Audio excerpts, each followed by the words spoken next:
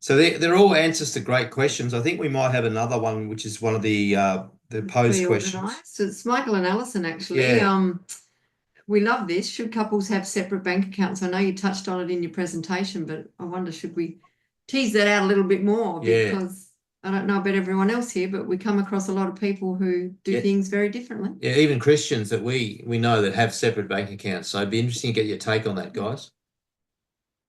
Yeah, well, we just reckon that if you've got anything in your marriage where there's separation, the devil will use it to bring conflict, to bring strife. One of you will spend too much. Okay, it might be your own, you might think, well, that is mine to spend as I like, but you might be an irresponsible spender.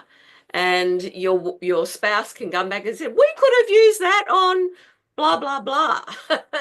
um, and also it's going against what God says in covenant. When Jesus cut covenant with us, he gave us everything and took all of our sin and garbage upon himself and gave us his eternal life. There is a total exchange.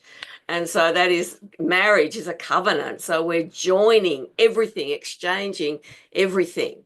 And that includes money. And it enforces accountability. Accountability, and yeah. it stops you from making these impulse purchases because, I mean, Alison, if I'm going to make any significant purchase, I mean, some of you might know I'm involved with ham radio. I'll go to Alison and say, look, I really would like to buy this new radio. This is the benefits. This is how much it's going to cost.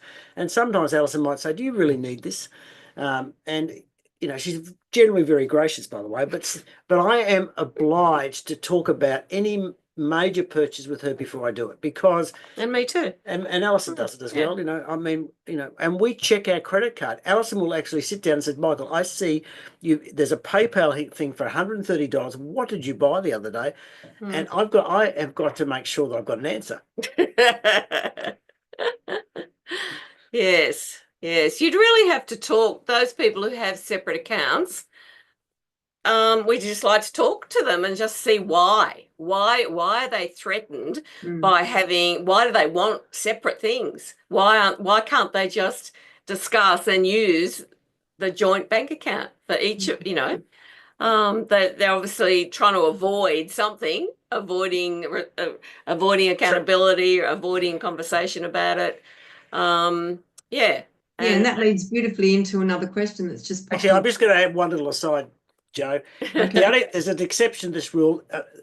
A week before each other's birthday, Alison will say to me, Michael, I don't want you looking at the credit card for a week. Yeah, oh, that's different for gifts and stuff. Yeah. I'm done there, Joe.